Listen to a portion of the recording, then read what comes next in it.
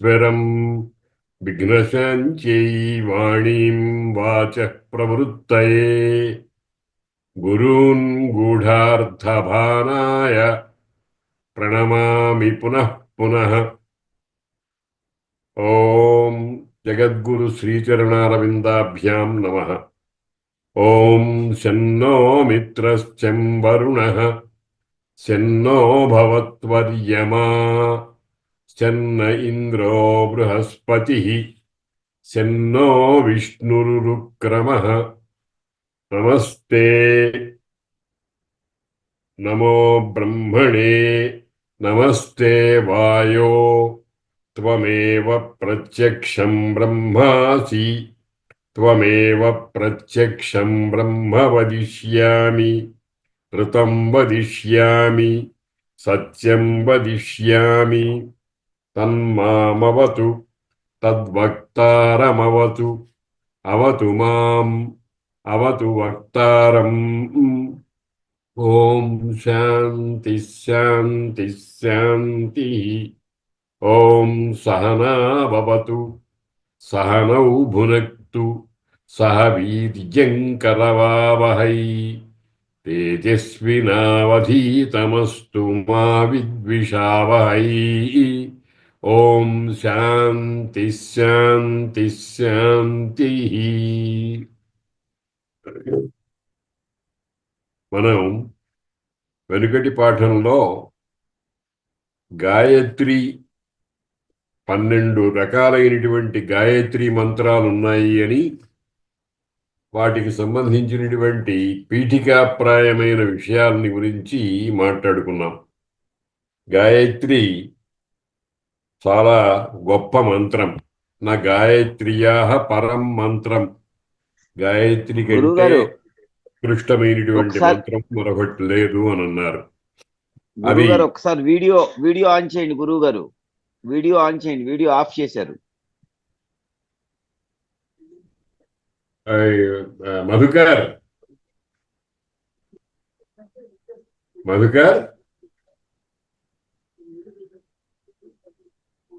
Video of అయ్యి ఉంది, ఒకసారి ఆన్ చేయండి.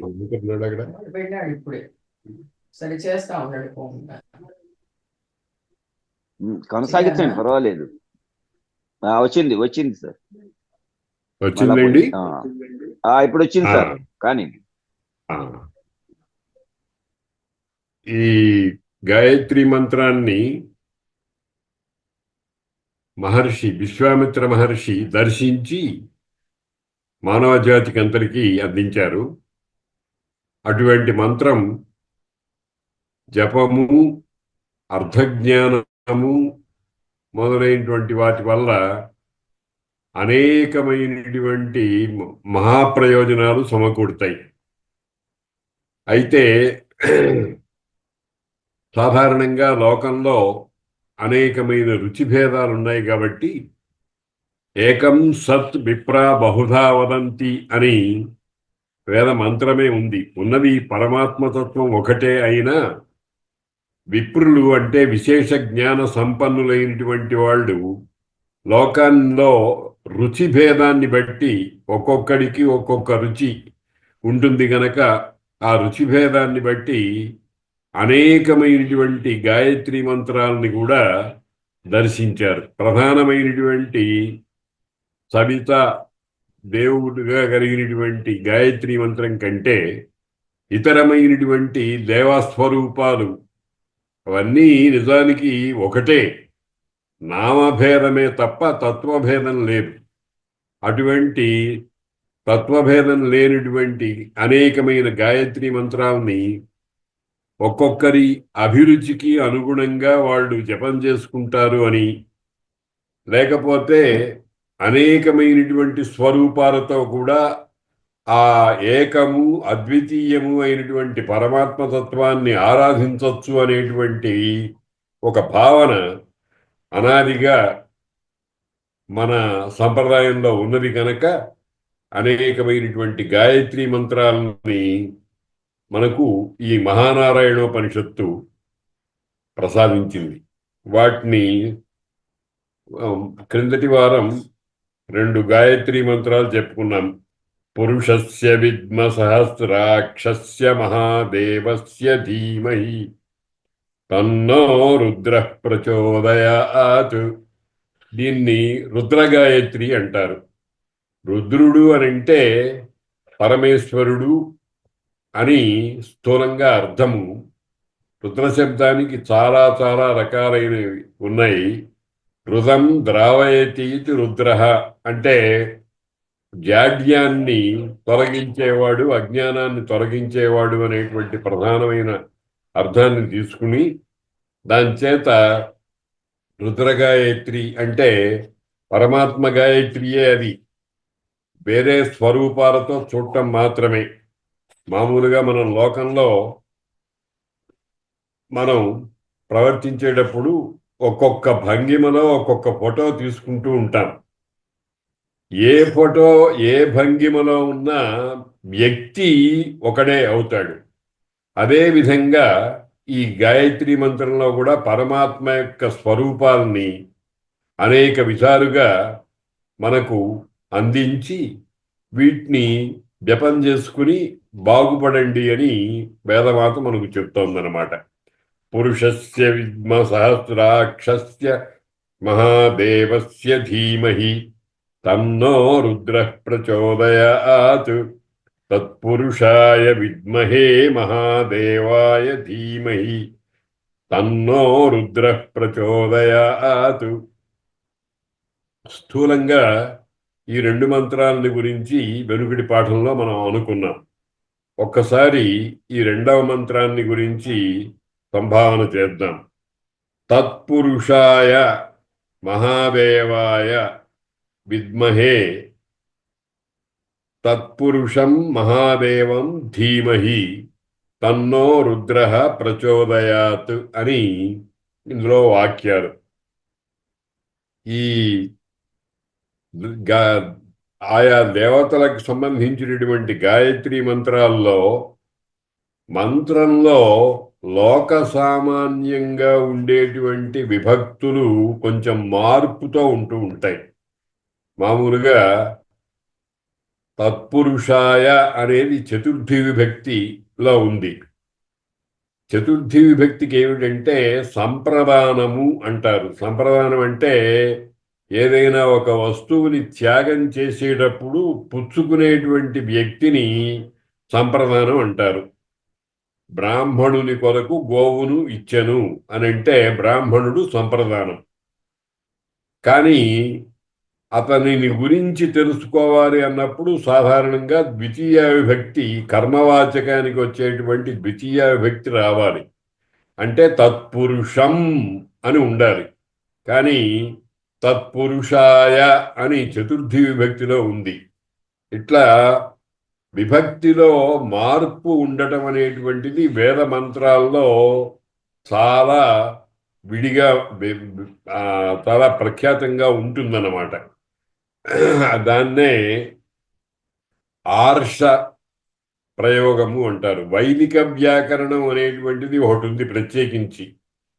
లౌకిక వ్యాకరణము, వైదిక వ్యాకరణము అని. ఆ వైదిక వ్యాకరణము మొదలైనవి వాటిల్లో వేద మంత్రాల్లో ఉండేటువంటి ఆయా విభక్తులకు వేరే వేరే అర్థాలు ఉండటం అనేటువంటిది చాలా ప్రసిద్ధమైనటువంటి విషయం. అందుకని ఇక్కడ తత్పురుషాయ ఆ పురుషుని కొరకు అని మామూలుగా అర్థం. కానీ ఆ పురుషుని అని ద్వితీయ విభక్తిని తెలుసుకోవాలి. పురుష శబ్దాన్ని గురించి మనం ఇదివరకు అనేక పర్యాయాలు చెప్పుకున్నాం. పురుష అనేటువంటిది మామూలుగా లోకంలో మగవాడు అనేటువంటి అర్థంలో రూఢమైంది. కానీ అది మొట్టమొదటిగా పరమాత్మ వాచకం. ఎందుకనంటే పురి దేహమునందు చేతే శయనించి ఉండేవాడు. సర్వప్రాణుల యొక్క హృదయ గుహలో దాన్నే దహరాకాశము అంటారు. మనం అనేక పర్యాయాలు ఈ మాంసపిండ రూపమైనటువంటి హృదయంలో ఉండే దాని ఆ పరమాత్మ జ్యోతిని గురించి అనేక పర్యాయాలు అనుకున్నాం. తస్యా శిఖాయా మధ్యే పరమాత్మా వ్యవస్థిత అని మంత్రం చెప్పుకున్నాం.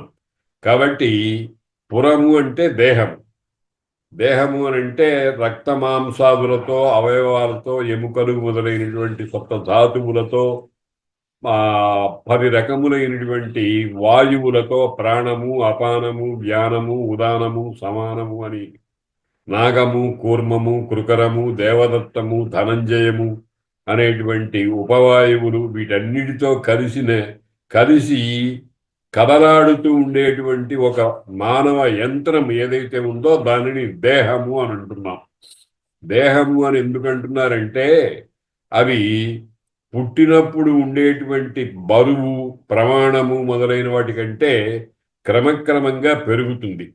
పుట్టినప్పుడు జానెడు ఉన్నటువంటి పిండము కొన్నాళ్ళు అయ్యేటప్పటికీ మూరెడు, బారెడు అట్లాగా పెరిగి ఇప్పుడు సుమారుగా ఒక 5-6 అడుగుల స్వరూపం ఉంది.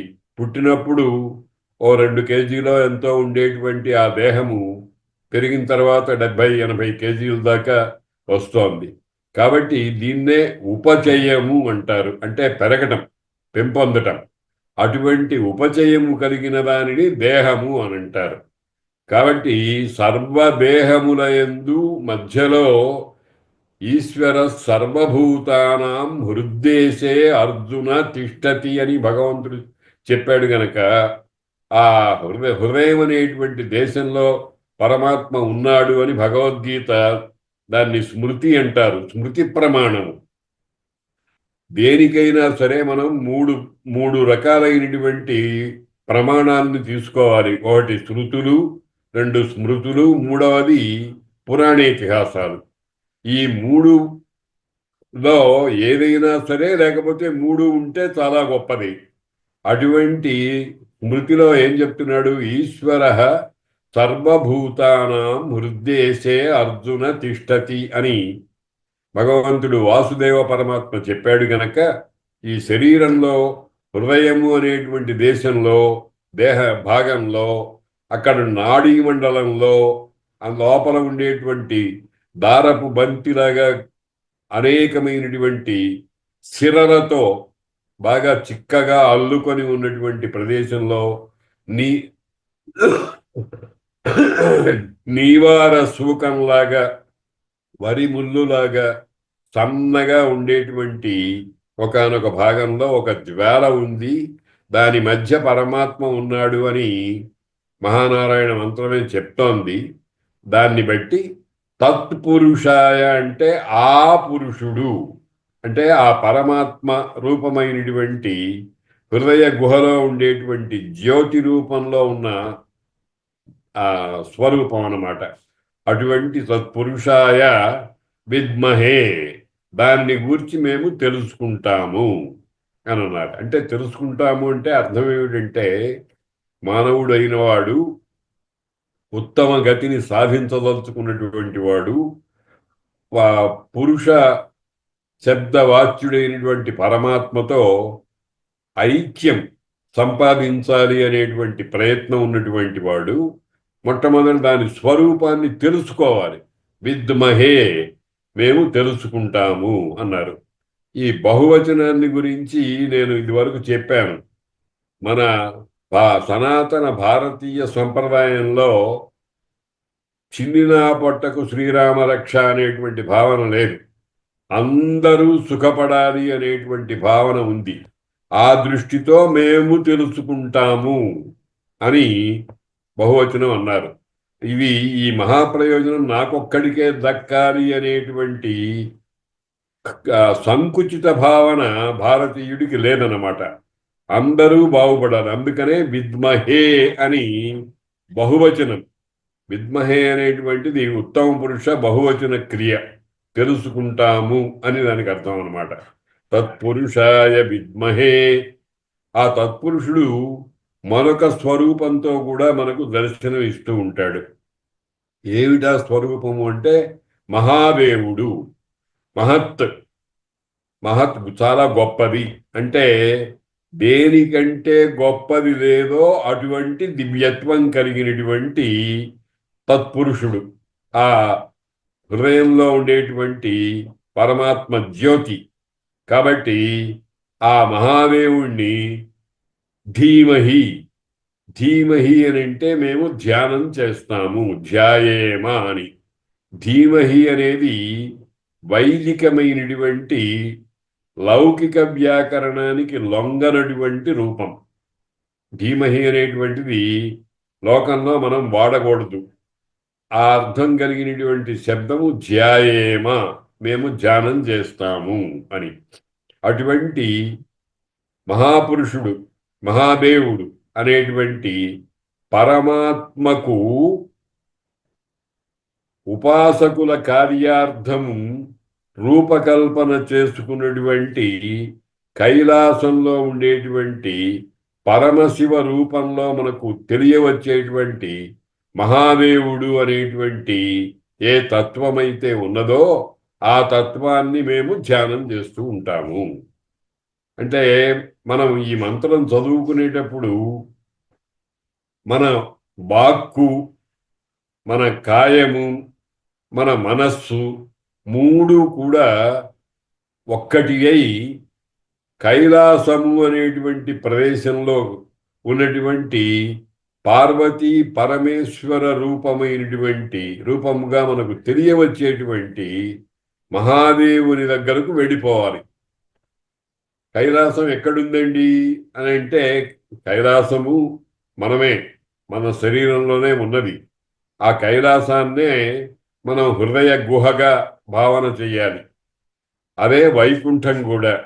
నేను అనేక పర్యాయాలు చెప్తూ ఉంటాను, బ్రహ్మాండము పిండాండము అని.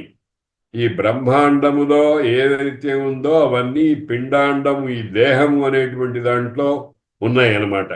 అందుకని ఈ మనం కొంచెం సౌకర్యం కోసం ఏం చేసుకోవాలంటే, ఈ మెదడు, దాన్నే సహస్రార కవనము అంటారు. 1000 రేకులు కలిగినటువంటి కవనం, ఒక పద్మాకారంగా ఉండేటువంటి దాన్నే ఆధునిక శాస్త్రవేత్తలు మెదడు అని అంటున్నారు. ఆ మెదడు అనేటువంటి దాంట్లో కొన్ని చిన్న చిన్న అరలు, అందుకనే దాన్ని సహస్రార కమలము అన్నారు. సహస్ర అరలు, అరలంటే బీరువాలో సొరుగులు లాంటివి. ఆ 1000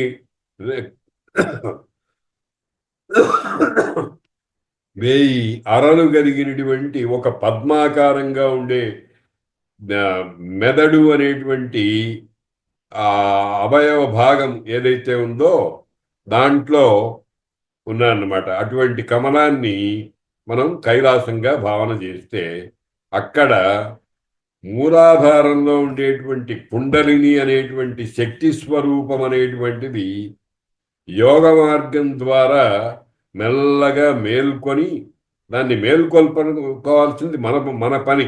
అది నిద్రించినట్టుగా ఉంటుంది. దానిని గుర్తుపట్టుకోవడం, దానిని కదిలించటం, అది క్రమంగా యోగ మార్గం ద్వారా ఈ 6 చక్రాల్లో నుంచి పైకి వచ్చి సహస్రార కమలంలో ఉండేటువంటి శివుడు పరమాత్మ, ఆ పరమాత్మతో కలవటం, అదే అద్వైత స్థితి. ఆ పరమాత్మ స్థితిలో కలిసేటువంటి దాన్ని యోగ సాధన ద్వారా సాధించుకున్నటువంటి వాడు ఏం చేస్తాడంటే, ఈ పిండాండంలో, మానవ దేహంలో, శిరస్సులో సహస్రార కమలం అనేటువంటిది ఉన్న చోట ఆ పరమాత్మ కైలాస స్థానముగా భావన చేసి అక్కడ మన దృష్టిని నిలపటాన్ని ధ్యానము అంటారు. తత్పురుషాయ విద్మహే మహాదేవాయ ధీమహి తన్నో రుద్ర ప్రచోదయాత్. తత్, అటువంటి స్థితిని, నహ మనకు, రుద్రదేవుడు, ప్రచోదయాత్, పురాణాల్లో చెప్పేటువంటి రుద్రుడు లయకర్త, తమోగుణ భూయిష్ఠుడు అయినటువంటి ఒక భావనతో ఉండేటువంటి రుద్రుడు కాదు మనం ఇక్కడ భావన చేయవలసింది. సర్వాత్మత్వ స్థితి ఉన్నటువంటి పరమాత్మనే రుద్రుడుగా గ్రహించాలి.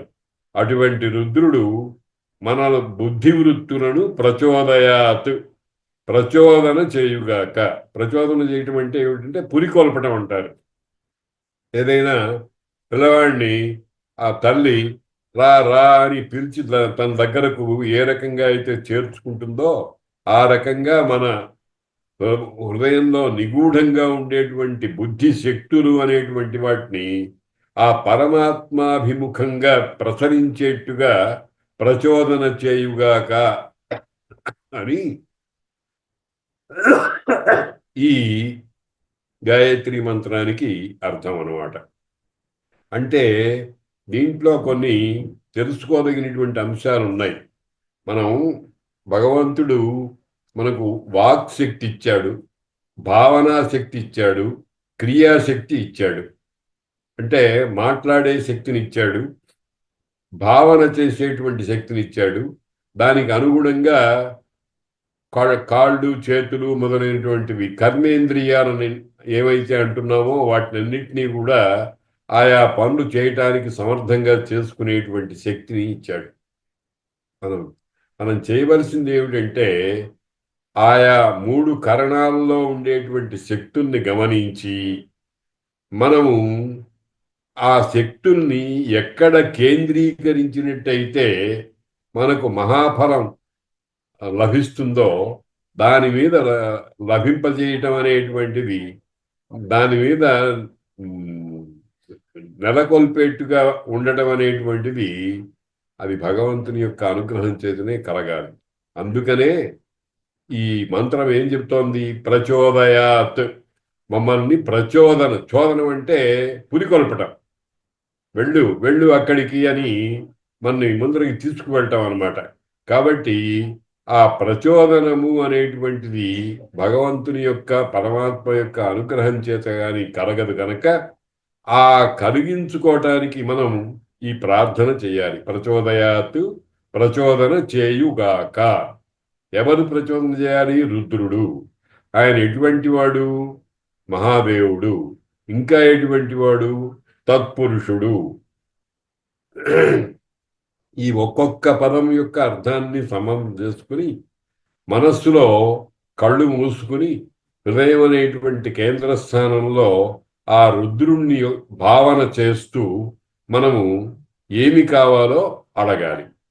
ఏమిటి కావాలి అని అంటే, అయ్యా మా దేహంలో లేకపోతే మా హృదయంలో సుప్తముగా నిద్రపోయే దశలో ఉండేటువంటి బుద్ధి శక్తులను నీవు అట్లా అట్లా కదిలించి అవి ఎక్కడ ప్రసరించి ప్రయోజనాన్ని కలిగిస్తాయో ఆ పని చేసి పెట్టు అని ప్రార్థన చేయటం గాయత్రి మంత్రం యొక్క ప్రధాన ఉద్దేశం అన్నమాట.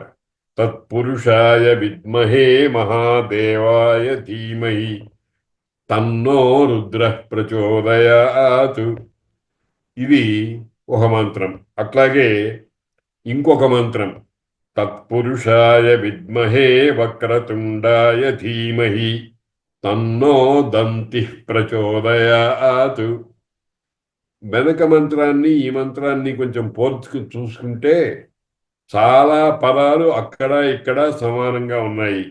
తత్పురుష విద్మహే ధీమహి తన్నః ప్రచోదయాత్ అనేది అన్ని గాయత్రి మంత్రాల్లో సాధారణంగా ఉంటాయి. 2-3 మారుతున్నాయి.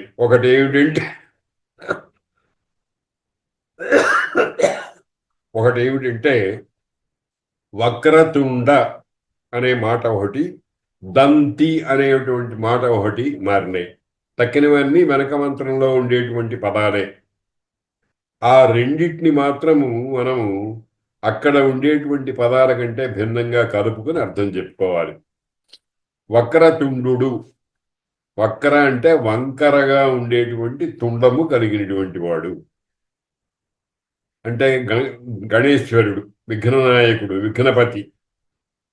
మనం గణానాన్త్వా గణపతి హవామహే కవిం కవీనాముపమశ్రవస్తమం జ్యేష్ఠరాజం బ్రహ్మణాం బ్రహ్మణస్పద ఆనశృణ్వన్ను నూతిభిः సీదసాదనం అనేటువంటి మంత్రంలో మన పరమాత్మను విఘ్నేశ్వరుడుగా భావన చేస్తున్నాం. ఇక్కడ నేను చెప్పే దాంట్లో మీరు తప్పనిసరిగా పట్టుకోవాల్సిన విషయం ఏమిటంటే నామభేదమే గాని తత్వభేదము లేదు. నామభేదం ఎందుకు అని అంటే పరమాత్మ అనేకమైనటువంటి సహస్రాక్షుడు అనేటువంటి మొదలైనటువంటి పేర్లతో వ్యవహరింపబడుతున్నాడు కాబట్టి నామభేదం అనేటువంటిది వస్తుంది. కానీ తత్వభేదం ఒకటే. మనం ఇప్పుడు విష్ణు సహస్రనామం, శివ సహస్రనామం, లలితా సహస్రనామం 1000 పేర్లతో అమ్మవారిని లలితా సహస్రనామంలో పూజ చేస్తున్నాం. 1000 పేర్లతో చేస్తున్న 1000 మంది కాదుగా అమ్మలు ఒకటే లలితాదేవి. కాబట్టి అట్లాగే ఇక్కడ ఈ గాయత్రి మంత్రాల్లో మనకు వేరువేరుగా కనిపించేటువంటి దంతి, వక్రతుండ మొదలైనటువంటిది ఆ పరమాత్మకే మరొక రకమైనటువంటి వ్యవహారం. మరొక రకమైన వ్యవహారం ఎందుకు అని అంటే లోకంలో మనుష్యుల్లో రుచిభేదం ఉంది గనక అఖండమైనటువంటి ఆ పరమాత్మ తత్వాన్ని పట్టుకునేటువంటి శక్తి లేదు గనక ఏం చేస్తాడంటే ఎవరికి సాధ్యమైన దాని మీద కేంద్రీకృతం కావటానికి 3 కారణాలు వేదమాత ఏం చేసిందంటే భిన్న భిన్నమైనటువంటి నామ రూపాలను మనకు అందించింది. అందులో ఒక రూపము గణపతి రూపం. ఆ గణపతి వక్రతుండు. తుండం అంటే తొండము, ఆయన్ని ఏనుగు యొక్క తొండం లాగా ఉంటుంది. గజముఖుడు కదా ఆయన. ఆ తొండాన్ని ఒక మహానుభావుడు చాలా గొప్పగా భావన చేశాడు. ప్రణవ స్వరూప వక్రతుండం. ఆ గణేశ్వరుని యొక్క ముఖం నుంచి కిందికి వచ్చేటువంటి వంకర తిరిగినటువంటి తొండములో మీరు రక్తము, మాంసము, చర్మము మొదలైనటువంటి స్వరూపాలని కొంచెం వదిలించుకుని చూస్తే అది మీకు ప్రణవాకారంగా కనిపిస్తుంది, ఓంకారంలాగా కనిపిస్తుంది అని మహానుభావుడు మనకు ఒక క్లూ ఇచ్చాడనమాట. అంటే పైకి కనిపించేటువంటి రూపంలో నుంచి ఒక శిల్పి రాతిలో అక్కర్లేని భాగాన్ని తొలగించి విగ్రహాన్ని, స్వరూపాన్ని తయారు చేసి పెట్టినట్టుగా ఈ రూపంలో కూడా పైన మనకు ఆధార దండంగా ఉండేటువంటి దానిని తొలగించుకొని తత్వాన్ని కనుక గమనిస్తే గణపతి యొక్క తుండము ఆ వేలాడేటువంటి తోకలాగా, వెనుక వైపు తోకలాగా వేలాడేటువంటిది ఈ ముందర తుండము, అది ప్రణవమే, ఓంకారమే అని ఆ ప్రణవస్వరూప వాతాపి గణపతిం భజే అనేటువంటి కీర్తనలో ఆ మహానుభావుడు మనకు ఒక క్లూ ఇచ్చాడనమాట. కనుక అటువంటి వక్రతుండు, వంకర అయినటువంటి తుండము కలిగినటువంటి వాడు. ఇప్పుడు మనం కృష్ణుణ్ణి కూడా వ్యత్యస్త పాదారవిందుడు అని అంటూ ఉంటాం. వ్యత్యస్త అంటే ఎడమకాలి మీద కుడికాల్ని వంకరగా పెట్టి ఒక విలాసంగా నుంచుని వేణువు మ్రోగిస్తున్నటువంటి కృష్ణ పరమాత్మ దర్శనం చేస్తాం. అది చాలా సుందరమైనటువంటి కళ్ళకు ఆకర్షణగా ఉండేటువంటి స్వరూపం. చూడండి, ముగ్గులు వేసేటప్పుడు అనేకమైనటువంటి వంకరలు పెట్టి ముగ్గును గీస్తూ ఉంటాం మనం. అయితే ఆ వంకరలన్నీ కూడా మనల్ని ఆకర్షిస్తాయి. రుజువైనటువంటి సరళ రేఖలో ఉండేదానికంటే వంకర టింకరగా ఉండేటువంటి దాంట్లో ఆకర్షణ అనేటువంటిది ఎక్కువగా ఉంటుంది. ఆ ఆకర్షణయే ప్రణవస్వరూపమైన వక్రతుండము, ఆ ఆకర్షణయే వ్యత్యస్త పాదార విందము, ఆ ఆకర్షణయే అనేకమైనటువంటి ఈ వేణునాదం మొదలైనటువంటివి, ఇవన్నీ కూడా తాత్విక రహస్యాలతో కూడినటువంటి స్వరూపాలే. మనం చేతనైతే వాటిని ఆ బా పైన ఉండేటువంటి ఆ స్వరూపాన్ని మెల్లమెల్లగా తొలగించుకుని తత్వం దగ్గరికి వెళ్ళాలి. లేదంటే యథాతథంగా వాటిని మనం ఆరాధన చేసుకున్నా కానీ ప్రయోజనం దక్కుతుందన్నమాట. కాబట్టి వక్రతుండం అంటే అది ప్రణవ స్వరూపం. తన్నో దంతి ప్రచోదయాత్. ఆ వక్రతుండుడికే మరొక పేరుంది, దంతి అని. దంతి అంటే దంతములు కలవి. ధని అంటే ధనము కలవాడు. అభిమాని అంటే అభిమానము కలవాడు. వజ్రము కలవాడు వజ్రి అన్నట్టుగా సంస్కృతంలో కొన్ని శబ్దాలకు అది కలవాడు కలవి అనే అర్థంలో ఆ, ఈ ఈ అనే ప్రత్యయం ఒకటి వస్తుంది. ఆ వచ్చిన రూపం అన్నమాట ఇది దంతి అనేటువంటిది. దంతాహ అస్య సంజాత ఇది దంతి. దంతములు. దంతములంటే ఏనుగు దంతాలు. మామూలుగా మన దంతాలు పళ్ళు కూడా అట్లాంటివే, కానీ మానవుడికి పళ్ళు ఉండే స్థానంలో ఏనుగుకి సాధారణంగా రెండు దంతాలు బాగా పొడుగ్గా ఒక ప్రమాణంలో వస్తూ ఉంటాయి. అటువంటి దంతములు కలిగిన వాడు అని. అయితే మనందరికీ కూడా దంతాలు ఉన్నాయి కదా, మనం కూడా దంతులమేనా అంటే అక్కడ కలవి కలవాడు అనే అర్థంలో విశిష్టమైన, చాలా ప్రసిద్ధమైన, ప్రత్యేకత కలిగినటువంటి దంతములు కలవి అనేటువంటి అర్థం ఉంటుంది. వ్యాకరణంలో భూమ నింద ప్రశంసాసు అని ఈ కలవి కలవాడు అనేటువంటి అర్థాలు ఏదో ఎక్కించిట్టుంటే చాలదు, చాలా ఎక్కువగా ఉండటం అనేది. ధనవంతుడు అని అంటే ధనము అక్కర్లేనంతగా ఉన్నవాడు అని అర్థం. ఏదో రూపాయో అర్ధ రూపాయో ఉన్నవాడు ధనవంతుడు కాడు. ధనవంతుడు అంటే లక్షలు కోట్లు ఉన్నవాడు అని అర్థం అనమాట. అలాగే దంతములు అంటే విశిష్టమైన, ప్రత్యేక లక్షణాలు కలిగినటువంటి, అనేకమైన ప్రయోజనాలకు ఉపయోగపడేటువంటి దంతములు కలిగినటువంటి వాడు ఆయన విఘ్నేశ్వరుడు అనమాట. తన్నో దంతి ప్రచోదయాత్. పురాణాల్లో ఈ రెండు దంతాల్లో ఒక దంతాన్ని తీసేశారు అని కథలు అవి ఉన్నాయి. ఆ కథల వెనకాల తత్వ రహస్యాలు ఉంటాయి. కాబట్టి ఈ దంతాన్ని గురించి మీరు జాగ్రత్తగా భావన చేయండి. ఈ ఈ దేహంలో, ముఖంలో ఎక్కడి నుంచి అయితే దంతం ప్రారంభమవుతుందో అక్కడ లావుగా ఉంటుంది. మెల్లగా బయటికి రాగా రాగా రాగా ఆ ప్రమాణం తగ్గుతూ ఉంటుంది. చిట్ట చివరి ఆ కొన చాలా సూక్ష్మంగా ఉంటుంది. అంటే స్థూలము నుంచి సూక్ష్మము. సూక్ష్మము అనేటువంటిది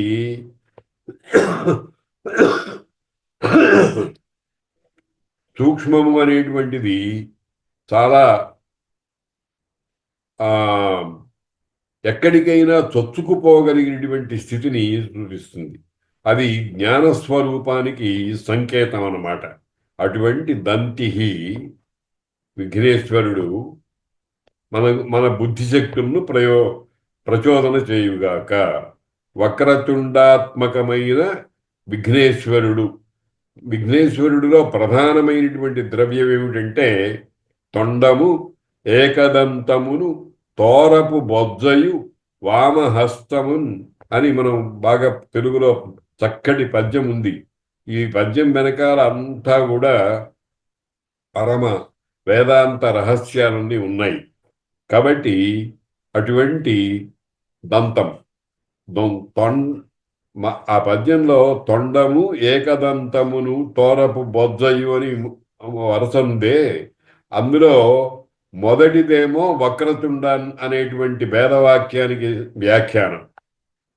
రెండవది ఏకదంతము, దానికి వ్యాఖ్యానం. దంతి అనే పదానికి అది వ్యాఖ్యానం. ఈ రకంగా మన పద్యాలు, తెలుగులో పద్యాలు కూడా వేదమంత్రాల అర్థాన్ని చెప్పడానికి సమర్థములై ఉంటాయన్నమాట. అందుకని తత్పురుషాయ విద్మహే వక్రతుండాయ ధీమహి తన్నో దంతి ప్రచోదయాత్. ఇందులో 3 క్రియాపదాలు ఉన్నాయి. ప్రతి గాయత్రి మంత్రంలోనూ 3 క్రియాపదాలు ఉన్నాయి. మొట్టమొదటిది విద్మహే, తెలుసుకుంటాము. రెండవది ధీమహి, అంటే తెలుసుకుని దేనిని తెలుసుకున్నామో దాని ఎందే మనస్సుని చెదరకుండా నిలుపుతాము. అట్లా అనేది ఆ రెండునేమో పూర్వ వ్యాపారములు, అంటే పనులు. దాన్ని బట్టి తర్వాత మనం ప్రార్థించేది ఏమిటంటే, ఎందుకయ్యా నీ ధ్యానము అంటే మా బుద్ధి శక్తుల్ని ప్రచోదన చేయాలి గనక అని మూడవ ప్రార్థన అనమాట. తత్పురుషాయ విద్మహే వక్రతుండాయ ధీమహి తన్నో దంతి ప్రచోదయాతు.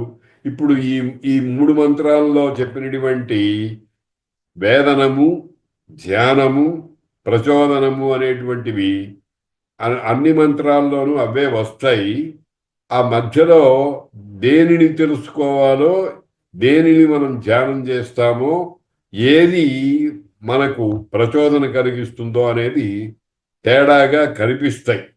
అవి తర్వాత చూద్దాం. తత్పురుషాయ విద్మహే చక్రతుండాయ ధీమహి తన్నో నంది ప్రచోదయాత్.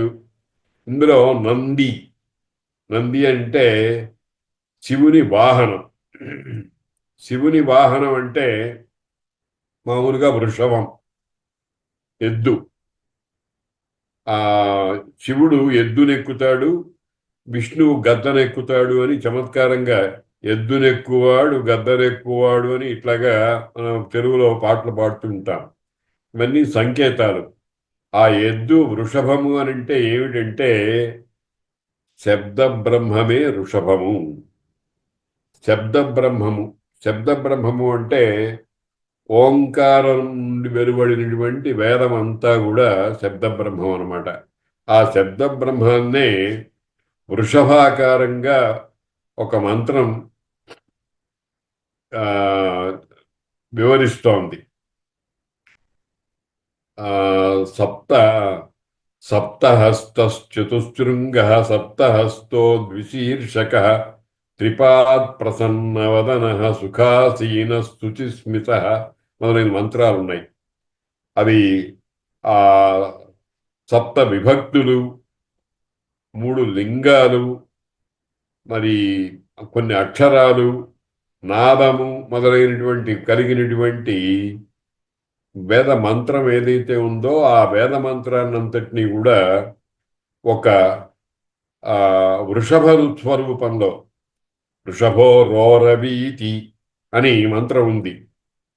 ఆ ఆ వృషభాకారంగా మా వేదాన్ని మనకు అర్థమయ్యేట్టుగా చెప్పినటువంటి మంత్రాలున్నాయి. ఆ వృషభమే నంది. అవి ఈశ్వరుడి వాహనం.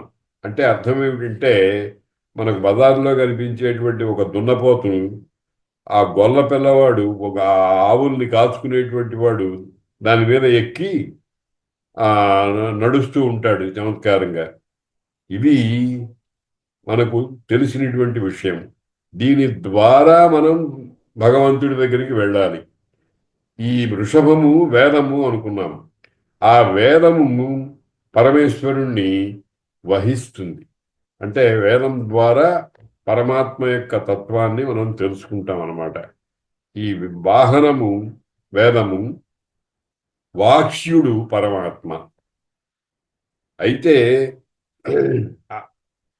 ఇంకొక మాట కూడా ఉంది. యతో వాచో నివర్తంతే అప్రాప్య మనసా సహా అని ఒక మాట కూడా ఉంది.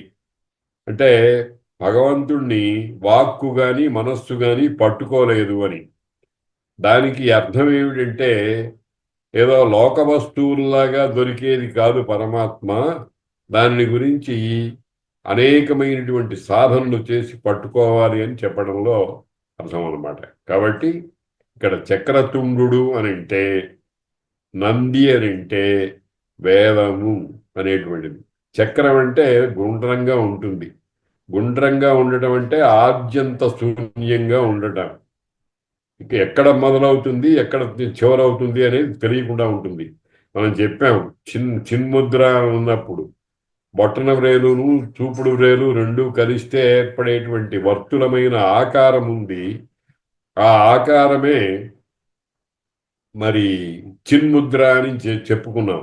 ఆ రకంగానే చక్రాకారంలో ఉండేటువంటి తుండము ఒక అవయవం లాంటిది కలిగినటువంటిది ఈ వృషభం నంది, అది పరమేశ్వరుడు ఎక్కేటువంటి వాహనము అని. ఇదంతా కూడా సగుణ రూపానికి సంబంధించినటువంటి విషయం. సగుణం దగ్గర మనం ఆగిపోకూడదు. సగుణం ద్వారా నిర్గుణ పరబ్రహ్మం దగ్గరికి వెళ్ళాలి. ఆ నిర్గుణ పరబ్రహ్మము పరమాత్మ. ఆ పరమాత్మను తెలియజేసేటువంటిది వేదము, ప్రణవము మొదలైనటువంటివి. కాబట్టి ఈ ఎద్దు, దాని మీద కూర్చున్నటువంటి ఈశ్వర రుద్ర స్వరూపము అనే వాటిని మెల్లమెల్లగా దారివేర్చుకుని అఖండ సచ్చిదానందాత్మక రూపరహిత అప్రమేయ పరమాత్మ తత్వాన్ని మనస్సులో నిలుపుకోవాలి. అది మన అభ్యాసం చేత మెల్లమెల్లగా వస్తుంది. ఆ అభ్యాసంలో భాగమే ఈ ధీమహి విద్మహే ప్రచోదయాత్ అనేటువంటిది.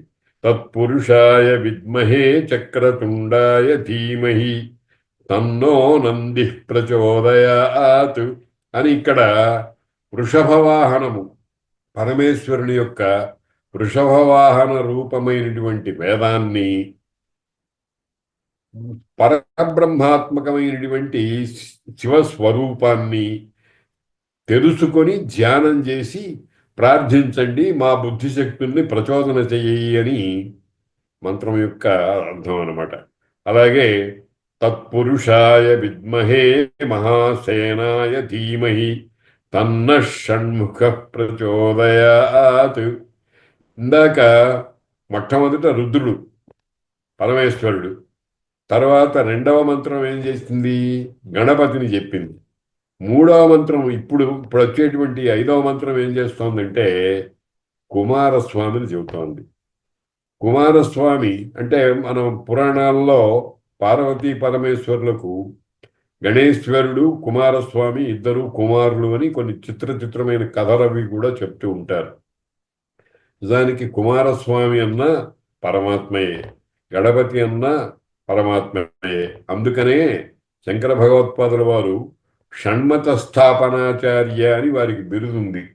6 మతాల్ని వారు ప్రతిష్టాపన చేశారు.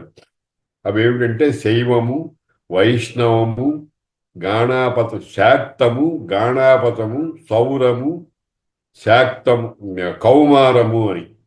అంటే శివుడే ప్రధాన దైవం అనుకునేటువంటిది శైవం, విష్ణువు వైష్ణవం, శాక్తము అంటే అమ్మవారు లలిత మొదలైనటువంటి శక్తి స్వరూపమే, అమ్మవారు దేవి అని అంటారు. తర్వాత గాణాపతము, గణపతియే ప్రధానము అనుకునేటువంటిది. పురాణాల్లో కూడా ఒక్కొక్క పురాణంలో ఒక్కొక్క రకమైనటువంటి ప్రాధాన్యాన్ని ప్రతిపాదించడం జరుగుతుందన్నమాట. తర్వాత కౌమారం అంటే కుమారస్వామి. తర్వాత సౌరం, సూర్యుడే సర్వదేవత అనేటువంటిది. ఇవన్నీ పరమసత్యాలే. కాకపోతే అఖండమైనటువంటి దాని మీద మన దృష్టిని మొట్టమొదటగా ఒక బిందువు రూపంలో మన దృష్టిని కేంద్రీకరించుకుని దాన్ని పెంచుకుంటూ పోవాలి కనుక 6 అనే స్వరూపాలు చెప్పారనమాట. అందులో కుమారస్వామి ఒకడు. ఆయనకి ఒక పేరుంది. ఆయన ఏమిటి, మహాసేనుడు. మహాసేన అంటే సేనాని. కుమారస్వామికి సేనాని అనే పేరుంది. సేనాని అగ్నిభూర్గుహ, అగ్నిలో యందు పుట్టినటువంటి వాడు, కార్తికేయుడు, షణ్ముఖుడు, షాణ్మాతురుడు, కుమారుడు, క్రౌంచదారణుడు మొదలైనటువంటి పేర్లన్నీ ఉన్నాయి. ఇవన్నీ పురాణ కథలకు సంబంధించినటువంటివి. ఆ కథని మెల్లగా పక్కకి పెట్టేసేసి ఇంట్లో ఏదైనా ఒక శ్రేష్టమైన పండు తెచ్చుకుని ఆ పండుతో పాటు తెచ్చుకుని తినేటప్పుడు ఆ పండు పైన ఉండేటువంటి పరిహార్యమైన భాగాన్ని తొక్కు మొదలైన దాన్ని తీసేస్తాం చూడండి. తీసేసి బుద్ధుని ఏ రకంగా తీసుకుంటామో అలాగే పురాణ కథల్లో కథాభాగాన్ని మెల్లమెల్లగా పక్కకి పెట్టేసుకుని ప్రధానమైనటువంటి తాత్వికమైన రహస్యాలు తెలుసుకోవాలి. అందులో తాత్వికమైన రహస్యాలు ఏమిటి అంటే మహాసేనుడు అని ఆయనకి పేరు. సేనాని అని అర్థం. సేనాని అంటే యుద్ధంలో సేనలన్నింటినీ నడిపించేటువంటి వాడు. ఏమిటి యుద్ధము అంటే దైవాసుర యుద్ధం. దేవతలకు రాక్షసులకు వచ్చేటువంటి యుద్ధము. దేవతలు రాక్షసులు, ఈ దేవతలు కుమారస్వామిని సేనానిగా చేసుకున్నారు అని పురాణ కథ చెప్తోంది. దేవతలంటే మంచి భావాలు, రాక్షసులంటే చెడ్డ భావాలు. ఈ ప్రతి వ్యక్తి యొక్క హృదయంలో అది ఆ దేవతలకు రాక్షసులకు నిత్య సంగ్రామం జరుగుతూ ఉంటుంది, కొట్లాట. మనం జాగ్రత్తగా గమనిస్తే కాసేపు ఓ చోట కళ్ళు మూసుకుని కూర్చుని ఏదో జపం చేసుకుంటూ ఉంటే ఏదో భావాలు తలకాయలో కదలాడుతూ ఉంటాయి. ఉన్నట్టుండి ఎవరినైనా వాడు అంతు చూడాలి, వాడు నాకు అపకారం చేశాడు అని ఒక ఆలోచన వస్తుంది. గాయత్రి మంత్రం జపం చేసుకుంటుంటే మీరు ఒకసారి దృష్టి దాని మీద పెడితే మీకు తెలుస్తుంది. అలాగే వాడు నాకు చాలా ఉపకారం చేశాడు, వాడికి ప్రత్యుపకారం చేయాలి అనేటువంటి ఆలోచన వస్తుంది. ఈ రెండు ఆలోచనలు సైమల్టేనియస్గా ఒక్కొక్కసారే గబగబా మనసులో ఆడుతుంటాయి. వాటినన్నింటినీ తెలుసుకోవడానికి ఒక మంచి మార్గం ఉంది. ఏమిటంటే కళ వస్తుంది. ఆ కళలో మనకు అనేకమైనటువంటి దృశ్యాలు చూస్తూ ఉంటాం. అనేకమైన మనుషులు ఎప్పుడూ చూడని వాళ్ళు స్వరూపాలన్నీ కనిపిస్తూ ఉంటాయి. ఆ మనస్సు, ఆ కళ అంటే అర్థం ఏమిటంటే మనస్సులో చెలరేగేటువంటి ఇంద్రియాలన్నీ నిద్రపోయిన తర్వాత మనస్సు మేల్కొని ఉన్నప్పుడు కలిగేటువంటి భావాలు పరస్పరము ఒకదానికొకటి కొట్టుకోవటమే దేవాసుర సంగ్రామం. ఆ దేవాసుర సంగ్రామంలో దేవతలు అంటే మంచి భావాలు, దివ్య భావాలు, రాక్షసులు అంటే లోకానికి ప్రమాదం కలిగించేటువంటి భావాలు. వీటికి జరిగేటువంటి యుద్ధంలో సాధారణంగా రాక్షసులవే పైచేయి. ఎందుకంటే వాళ్ళు దేహబలం కలిగినటువంటి వాళ్ళు, దేవతలు బుద్ధిబలం కలిగినటువంటి వాళ్ళు. అందుకని బుద్ధిశక్తిని ప్రచోదన చేస్తే గెలుస్తుందన్నమాట. దానికి మూల కారణమైనటువంటి వాడు సేనాని. సేన అంటే ఇన సహితము అని అర్థం. స ఇన, ఇన అంటే ప్రభువు. ప్రభువుతో కూడినటువంటి వాడు, ప్రభువుతో కలిసి ఉండేటువంటిది సేన. దాని నయనం అంటే నడపటం. నాయకుడు అని అంటామే, ఆ నాయకత్వ లక్షణాలు కలిగిన వాడు సేనాని. దేవతలు అనేటువంటి మంచి భావములను క్రమమైన పద్ధతిలో నడిపించి విజయాన్ని సాధించేటువంటి ప్రయత్నంలో మూల కారణమైనటువంటి వాడిని కుమారస్వామి అని అంటారు. అటువంటి మహాసేనాయ, మహాసేన కలిగినటువంటిది. ఇదంతా కూడా ఆధ్యాత్మిక, ఆది భౌతిక, ఆది దైవిక స్థాయిల్లో మనం జాగ్రత్తగా పరుచుకుని చూస్తే రహస్యాలన్నీ మనకు తేటతెల్లం అవుతాయి. మొట్టమొదట మనకి ఇప్పుడు సిద్ధంగా ఉండేటువంటి ప్రతిమలు, బొమ్మల్లో మొదలైనటువంటి వాటిని చూడాలి. ఆ బొమ్మలో మనకు కనిపించిన ప్రతి లక్షణాన్ని జాగ్రత్తగా భావించాలి. ఆ ప్రతి లక్షణము దేనికో ఒకదానికి సంకేతము. అంటే ఆ జ్ఞానాన్ని కలిగించేటువంటి ఒక మెయిన్ స్విచ్ లాంటిది అనమాట. ఇగో దాన్ని పట్టుకోవాలి. కాబట్టి ఇక్కడ కుమారస్వామి మహాసేనాయ ధీమహి, ఆ మహాసేనుడు అనేటువంటి వాడిని ధీమహి మేము ధ్యానం చేస్తాము. ఇక్కడ చాలా జాగ్రత్తగా గమనించాలి. చూడండి, ఇది గాయత్రి మంత్రంలో 5వది. ఈ 5 మంత్రాల్లోనూ తత్పురుష అనేటువంటి మాట ఉంది. మహాసేనుడు అనేటువంటిది, షణ్ముఖుడు అనేటువంటిది మారినా తత్పురుష అనేది మారలేదు. దీని రహస్యం ఏమిటనమాట? పరమాత్మ ఒక్కడే తత్పురుషుడు. ఆయన్ని మహాసేనుడిలో, తర్వాత నందిలో, దంతిలో సమన్వయం చేసుకోండి అని చెప్పడం ఈ మంత్రాల యొక్క తాత్పర్యం అనమాట. తత్పురుషాయ విద్మహే మహాసేనాయ ధీమహి తన్న షణ్ముఖ ప్రచోదయాత్. అటువంటి షణ్ముఖుడు, 6 ముఖములు కలిగినటువంటి వాడు ఆయన. 6 ముఖములు. మామూలుగా మనిషికి, ప్రతి జీవికి కూడా సాధారణంగా ఒకటే తలకాయ ఉంటుంది. ఎక్కడో 2 తలల పాములు అని అక్కడక్కడ మనకు కనిపించడం ఉంది. అప్పుడప్పుడు 2 కవలలు ఒకే దేహము 2 తలకాయలతో పుట్టడం అనేటువంటిది చాలా రేరుగా మనకు కనిపిస్తూ ఉన్నాయి. కానీ దేవతా స్వరూపాల్లో ఒకటి కంటే ఎక్కువైన తలలు ఉండేటువంటి దేవతా స్వరూపాలు ఉన్నాయి, రాక్షస స్వరూపాలు ఉన్నాయి. ఖర దూషణాదులు త్రిశురుడు అనే వాళ్ళు ఉన్నారు. త్రిశురుడు అంటే వాడు 3 తలలు. అలాగే 3 తలలు కలిగినటువంటి దేవతలు, 4 తలలు, 5 తలలు, 6 తలలు, అనంతమైన శిరస్సులు కలిగినటువంటి దేవతా స్వరూపాలు ఉన్నాయి. అయితే దేవతా స్వరూపాలకు రాక్షస స్వరూపాలకు భేదం ఎట్లా గమనించాలి అంటే, పంక్తిముఖావై రాక్షసాః అంటే ఒకే వరసలో ముఖాలన్నీ ఉన్నట్టయితే, అంటే అన్నీ ఒకే వైపు చూస్తూ ఉన్నట్టయితే అవి రాక్షసత్వం. అలా కాకుండా అన్ని వైపుల బ్రహ్మదేవుడు ఉన్నాడు అనుకోండి, ఒక ఒక ముఖము, ఇప్పుడు సద్యోజాత, వామదేవ, అఘోర, ఈశాన, తత్పురుష అనేటువంటి 5 ముఖాలు ఉన్నాయన్నారే, ఈ 5 ముఖాలు 5 దిక్కులకు ఉంటాయి. అంటే 4 దిక్కులు పైన అనేటువంటివి. అవి దేవతా స్వరూపాలు. ఒకే వరసగా అన్నీ ఒకవైపే చూస్తూ ఉండేటువంటి శిరస్సులు రాక్షసులు. పంక్తిముఖావై రాక్షస అని. అందుకనే ఓ చమత్కారమైన మాట మాట్లాడాడు. మారీచుడు రావణాసురుడు మాట్లాడుతుంటే వాడి ముఖాన్ని జాగ్రత్తగా గమనించడం ప్రారంభించాట. ఒకటో ముఖం ఏం మాట్లాడుతోందో రెండోది అదే మాట్లాడుతోంది, నా 10వది అదే మాట్లాడుతోంది. చమత్కారంగా వాడికి అన్నీ ఇన్ని నోట్లు ఒకే మాట మాట్లాడితే ఇన్ని నోళ్ళు ఎందుకు అబ్బా అనే ఆలోచన వచ్చిందిట. అంటే రాక్షసులకు ఉండేటువంటి అనేక శిరస్సులు మొదలైనటువంటివి వ్యర్థమైనటువంటివి. అన్ని వైపులా ఉన్నట్టయితే సర్వతోముఖ దర్శనం సాధ్యమవుతుందన్నమాట.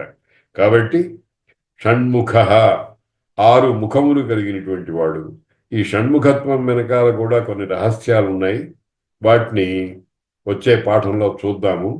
ప్రస్తుతానికి ఇక్కడికి కుమారస్వామి షణ్ముఖుడు, షాణ్మాతురుడు, 6 ముఖాలు కలిగిన వాడు. కథలో ఏం చెప్తారంటే షట్ కృత్తికలు అని, ఆ కృత్తికలు ఈయనకి స్తన్యం ఇచ్చినాయట.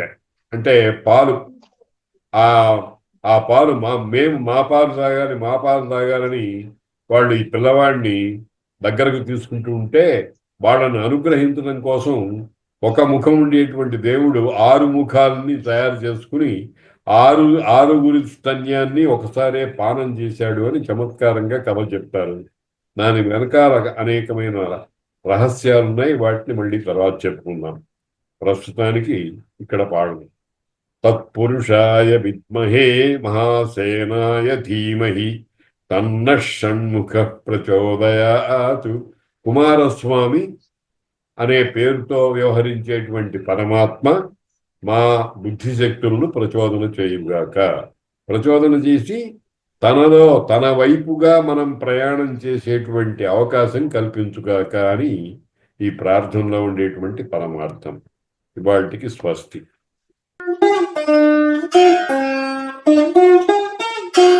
Thank you.